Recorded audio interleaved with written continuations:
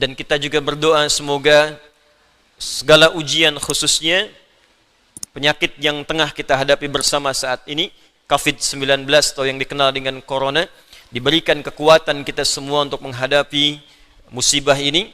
Khususnya saya ingin menghimbau kepada siapapun kita semua, ada dua hal yang penting kemudian kita maksimalkan terkait dengan kondisi kita, erat kaitannya dengan virus corona yang sedang kita hadapi saat ini. Yang pertama, kita mesti sadar bahwa anatomi tubuh manusia itu terdiri dari 3 bagian. Ini yang diinfokan dalam Al-Quran. Ada fisik, jasad, ada akal, ada roh. Ingat betul ini. Mungkin yang dipelajari di biologi, di kedokteran, itu hanya fokus kepada fisik saja. Anatomi fisik. Yang dipelajari di pengetahuan anatomi akal. Sedangkan roh, tempatnya bukan di pelajaran formal, tempatnya bukan di bidang kesehatan fisik. Ini terkait dengan nilai-nilai spiritual.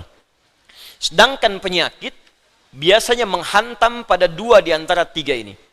Kalau bukan pada fisik, maka dia menghantam pada roh. Itu yang saling terkait berkelindan.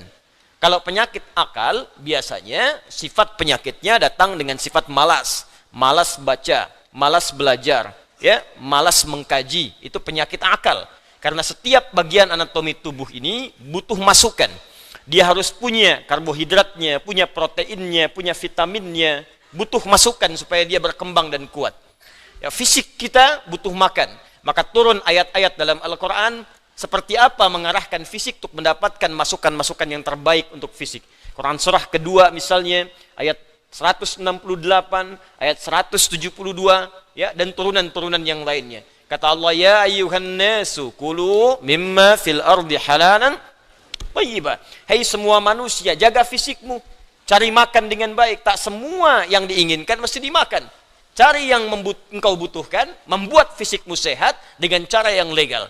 Jadi kalau tips Al-Quran ingin badannya sehat, badannya kuat, maka kata Allah diantaranya, apa fungsinya? Diturunkan ayat, kata Allah, tidak semua yang diinginkan mesti dimakan. Yang menyehatkan itu yang dikonsumsi. Tapi cari dengan cara yang benar. Jangan sampai Anda dapatkan dengan cara yang menyimpang. Kebutuhan fisik. Akal juga sama. Dia butuh masukan, butuh nutrisi. Tidak diberikan nutrisinya, maka akan tumpul bagian dari otak kita. Maka lemahlah kemudian cara berpikir seseorang, sulit mendapatkan pengetahuan. Apa makanannya? Turun ayat. Quran surah 96 ayat pertama. Iqra bismi rabbikal ladzi khalaq. Membaca bagian dari nutrisi akal. Turun ayat tentang mencari pengetahuan dengan cara yang benar. Quran surah ke-58 ayat 11. Yarfa'illahu alladhina amanu minkum walladhina utul ilma darajat. Allah akan mengangkat derajat seseorang ketika dia memenuhi bagian-bagian kebutuhan hidupnya. Tingkatkan imanmu, yang kedua, tambahkan pengetahuan. Quran surah ke-9 ayat 122.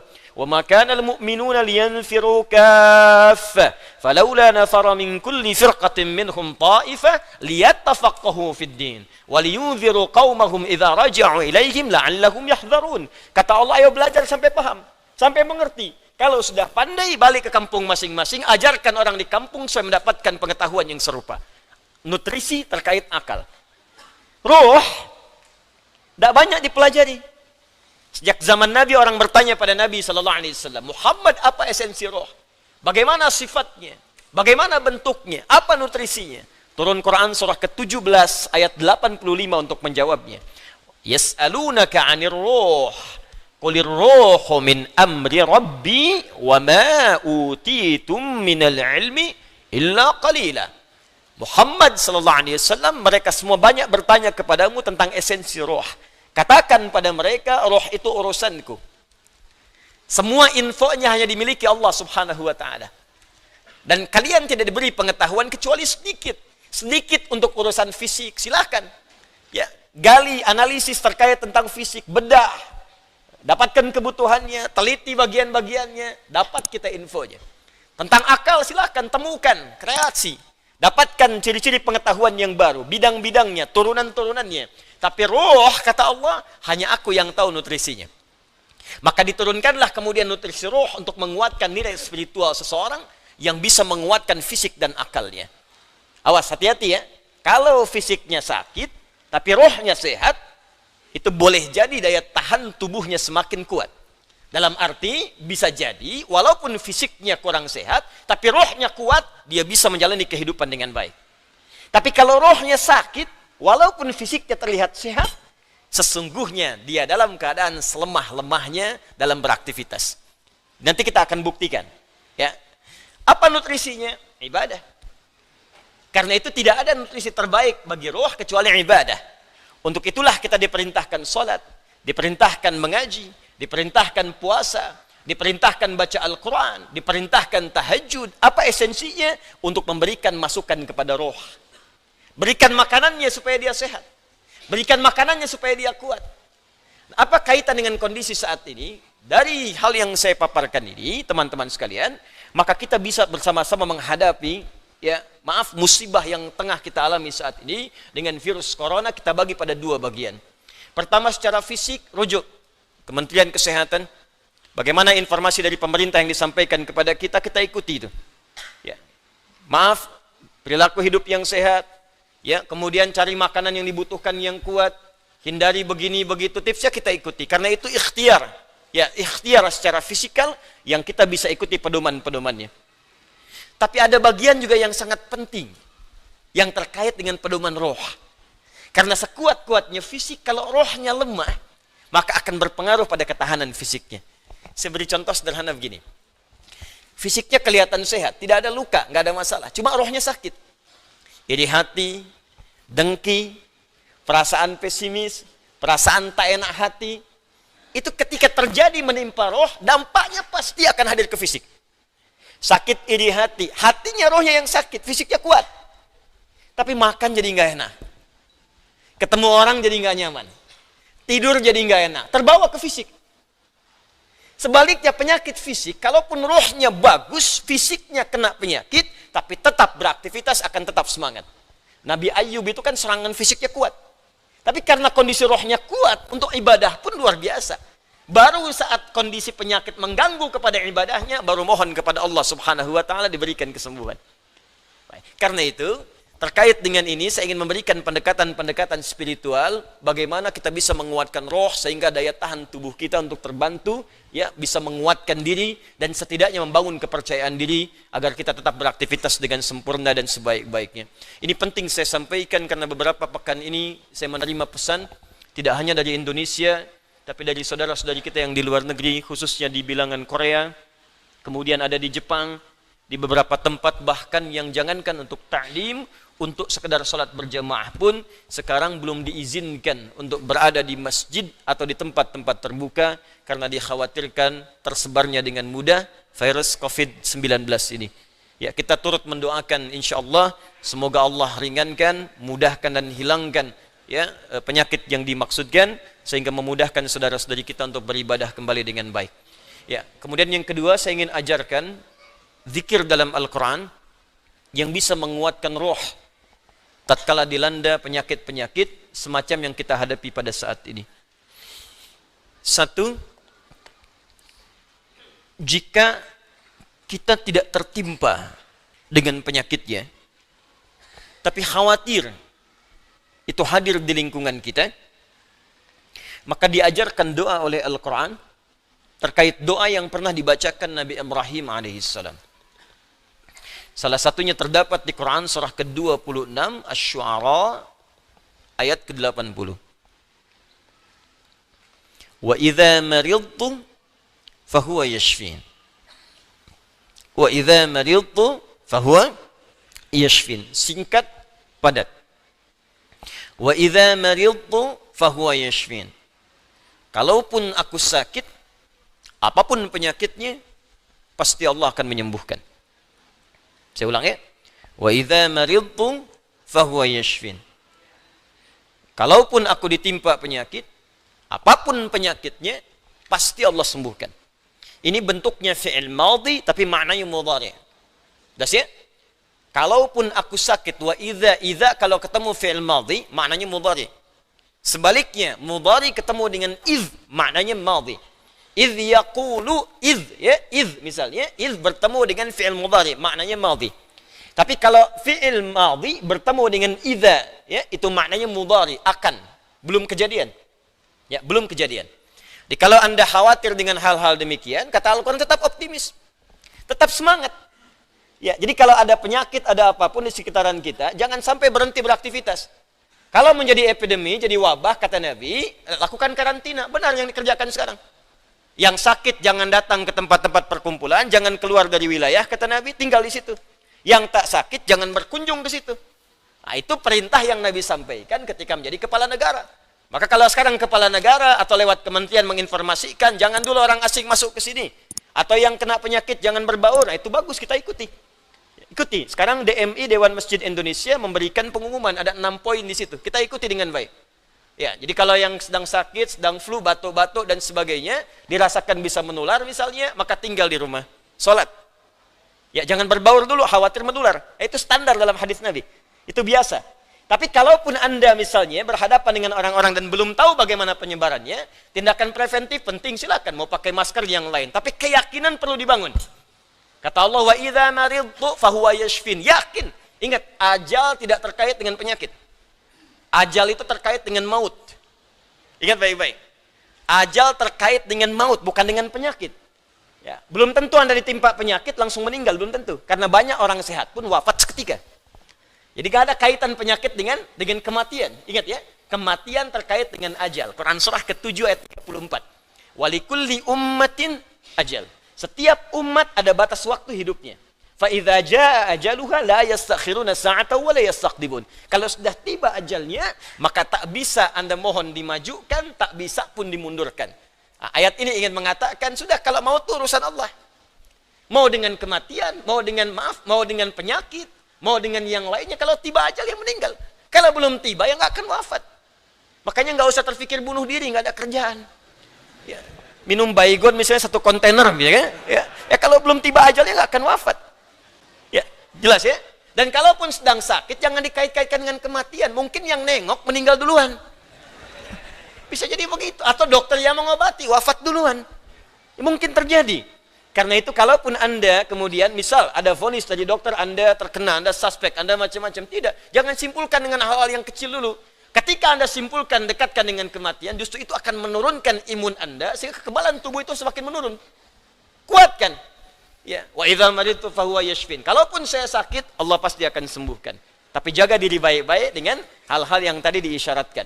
Yang kedua, kalau Anda terkena penyakitnya dan divonis menjadi bagian dari ahli penyakit itu, misal yang sekarang terkena misalnya kena corona, atau kena yang lain, kena cancer, kena macam-macam, maka Allah ajarkan zikir yang selanjutnya yang bisa Anda bacakan, tapi tolong dibacakan dengan penuh keikhlasan dan permohonan kuat kepada Allah Subhanahu wa taala.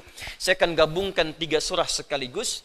Insya Allah kalau Anda bacakan dengan benar, di situ ada janji dari Allah, seperti Allah janjikan kepada Nabi Ayub, penyakit apapun selain kematian, Allah akan berkenan menyembuhkannya. Pertama, saya urutkan dulu dari urutan ayatnya. Quran surah ke-17. Quran surah 17 Al-Isra. Ayat 82. Sudah? Ayat 82. Disambungkan ke Quran surah ke-21 Al-Anbiya. Ayat 83 sampai 84. Nanti saya bacakan ayatnya. Terakhir ditutup dengan Quran surah pertama. Al-Fatihah. Ayat 1 sampai 7. Quran surah ke-17 Al-Isra. Ayat 82. Quran surah ke-21 Al-Anbiya ayat 83 sampai 84 dan ditutup dengan Quran surah Al-Fatihah ayat 1 sampai ayat 7.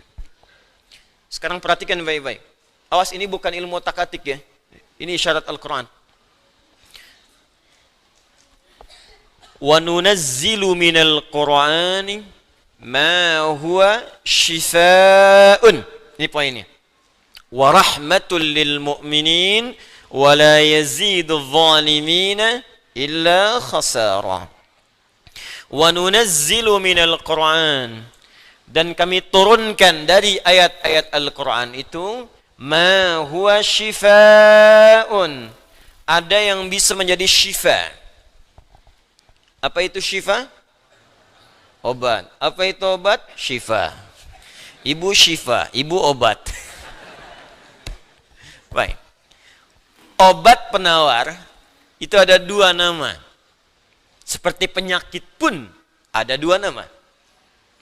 Satu, obat bagi penyakit fisik yang standar. Disebut dawa namanya. Dawaun.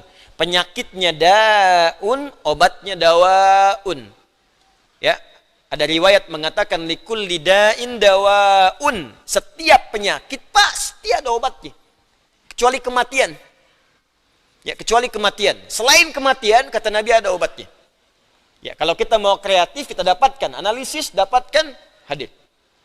Ya, likulli da'in dawaun. Da itu penyakit fisik. Ya, pusing, sakit perut, sakit gigi, macam-macam. Kata Nabi, Anda kreatif, dapat obatnya. Obat untuk fisik ini disebut dawa namanya. Ada yang kedua, disebut dengan maradun. Maradun. Marad itu lebih kepada penyakit hati, penyakit jiwa, roh. Ini Quran surah kedua Al-Baqarah ayat 10, fi qulubihim marad fazadahumullahu marada. Ada orang-orang munafik yang kena penyakit. Fisiknya sehat, kuat, ke masjid nomor 1, saf pertama dia. Cuma di hatinya ada penyakit. Ya, masuk masjid nyanjung Nabi, keluar masjid mencela Nabi. Nah, itu penyakit, hati-hati. Masuk masjid, nyanjung-nyanjung, keluar mencela-cela. Di depan berkata baik, di belakang menjelek-jelekan. Ah, itu sakit. Nah, itu sakit tuh. Ya. Apa penyakitnya? Marad. Obat penyakit hati ini, maka namanya bukan dawa, tapi disebut dengan syifa. Syifa. Syifaun. Tahan, pelan-pelan. Jikalau ada orang iri hati, orang dengki, mohon maaf, orang terkena penyakit hati yang lainnya, maka obatnya tidak akan pernah ditemukan di apotek atau di rumah sakit tertentu. Silahkan Anda datang ke Kimia Farma, datang ke apotek-apotek yang Anda dapatkan di sekitaran, Century dan sebagainya. Tanyakan, ada enggak obat penyakit hati? Ada enggak obat iri hati? Ada enggak obat dengki? Enggak akan ditemukan. Kenapa? Karena mereka khusus menangani penyakit-penyakit fisikal, disebut dengan daun. Tapi kalau syifa, maka ini erat kaitannya dengan penyakit yang pertama ini, penyakit hati. Di mana ditemukannya? Kata Allah, wa nunazzilu minal Qur'an. Solusinya ada dalam Al-Quran. Maka nanti Allah turunkan beberapa amalan-amalan yang saat dikerjakan amalan itu bisa menghikis, menyembuhkan, bahkan menghilangkan penyakit-penyakit hati. Cari ayatnya. Maka Anda akan temukan kalimat-kalimat dalam Al-Quran, ayat-ayat bimbingan. Ini obat untuk menghilangkan malas. Ini obat untuk menghilangkan iri hati. Bahkan ini mencegah penyakit dengki. Kalau ada orang sekitaran dengki dengan kita, bacakan ayat ini. Turun surah Al-Falaq. Kalau ada orang munafik, bacakan surat yang ini. Kalau ada orang ini, bacakan surat yang ini. Nah, pencegahan-pencegahannya, obatnya ditemukan bagiannya di Al-Quran. Tapi syifa juga memiliki makna yang kedua. Dia adalah obat bagi penyakit fisik yang sudah sulit ditemukan obat dan penawarnya. Kalau dokter sudah mengatakan, sudah ini nggak ada obatnya. Ini belum ditemukan penawarnya. Maka Allah turunkan kemudian beberapa ayat dalam Al-Quran berupa zikir-zikir tertentu yang kalau dilakukan dengan benar, maka melahirkan penawar yang tidak ditemukan secara fisikal. Apa diantaranya? Yuk kita bacakan Quran surah ke-21 Al-Anbiya ayat ke-83 sampai 84. Kenal Nabi Ayub? Bagus. Ada yang kenal di sini. Baik. Bukankah ujian Nabi Ayub salah satunya kena penyakit fisik? Bukankah ujian Nabi Ayub alaihissalam salah satunya kena penyakit fisik? Ya. Pertama ujian harta, habis semua asetnya. Yang kedua ujian keluarga, wafat semua anaknya. Yang kedua, ketiga ujian fisik.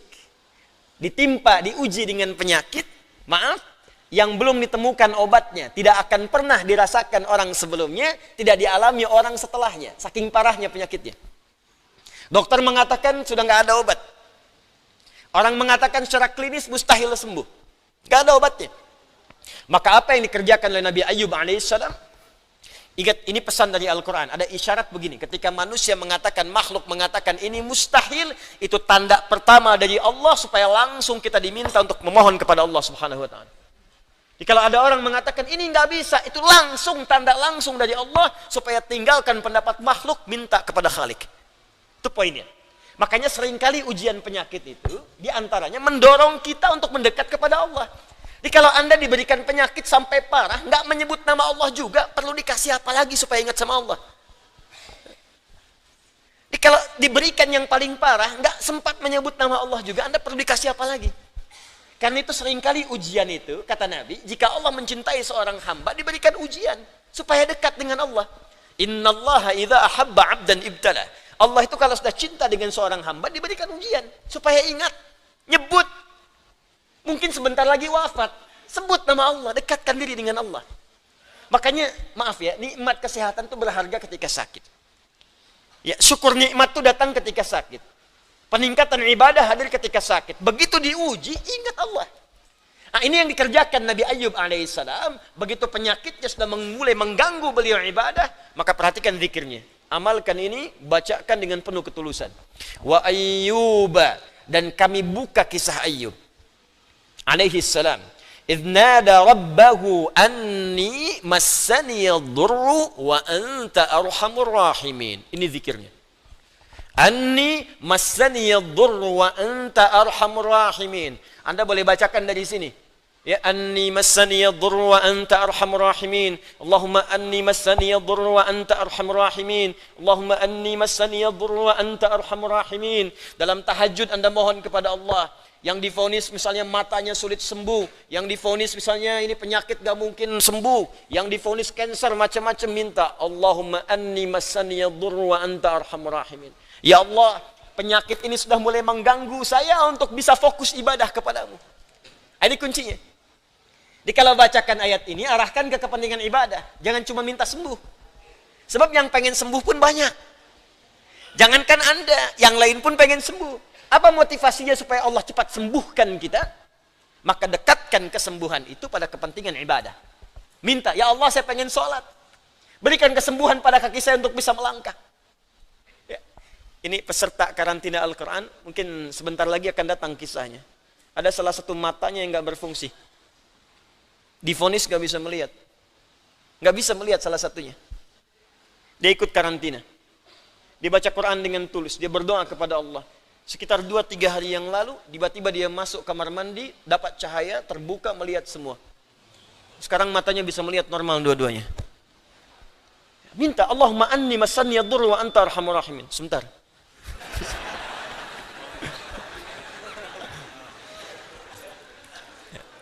Ya Allah, ini penyakit sudah mulai mengganggu saya untuk ibadah. Saya pengen ke masjid ya Allah. Saya pengen Jumatan. Saya pengen jamaah ya Allah. Cuman karena ini saya nggak bisa lagi jamaah. Bukankah engkau menyukai hambamu yang jamaah ya Allah? Bukankah engkau menyukai hambamu yang salat bersama ya Allah? Bukankah engkau menyukai zikir ya Allah yang kau dengar setiap waktu ya Allah? Wa anta arhamur rahimin, sedangkan engkau yang paling sayang padaku. Kalau yang paling sayang saja tidak engkau sembuhkan, lantas kepada siapa lagi aku mohon dan meminta? Kalau kepada yang paling sayang saja tidak menyembuhkan, kepada siapa lagi aku mesti meminta? Anda tahu apa jawabannya? Fastajabna lahu fakashafna ma bihi min dhurrin wa atainahu ahlahu wa mithlahu ma'ahum rahmatan min indina, ujungnya wa dzikra lil abidin. Kata Allah, kalau ada orang yang mengamalkan zikir ini seperti Ayyub mengerjakannya, aku akan sembuhkan penyakitnya, hilangkan semua kesulitannya, bahkan aku kembalikan aset-aset yang dirasakan hilang. Anda biaya keluar sekian juta, puluhan juta, miliaran dibalikin oleh Allah, seperti Allah mengembalikan Ayyub dan anak-anaknya plus aset-asetnya. Anaknya meninggal 12, sembuh kembali, istrinya hamil lagi. Setiap hamil, lahiran kembar, lahiran kembar. Lahiran sampai 12 kali, anak 24. Aset balik semuanya. Terakhir, bacakan surah Al-Fatihah dengan benar, Karena Al-Fatihah disebut langsung juga oleh Nabi sallallahu alaihi wasallam sebagai syifa, sebagai syifa. Seperti pernah kepala suku saya kisahkan di pertemuan awal, tersengat kala jengking dan medis mengatakan tidak mungkin sembuh, diruqyah kemudian dibacakan itu dan Allah berikan kesembuhan. Wallahu a'lam bissawab, ini bagian dari ikhtiar roh. Bukan bagian dari pendekatan-pendekatan obat fisik. Dan semoga dengan itu Allah memberikan ketenangan, kemudahan dan menghilangkan segala kesulitan di sekitaran kita insyaallah. Ini sebagai respon dari beberapa saudara-saudari kita yang meminta penguatan dan doa. Sekali lagi kita doakan semoga Allah meringankan semua apa yang kita hadapi saat ini.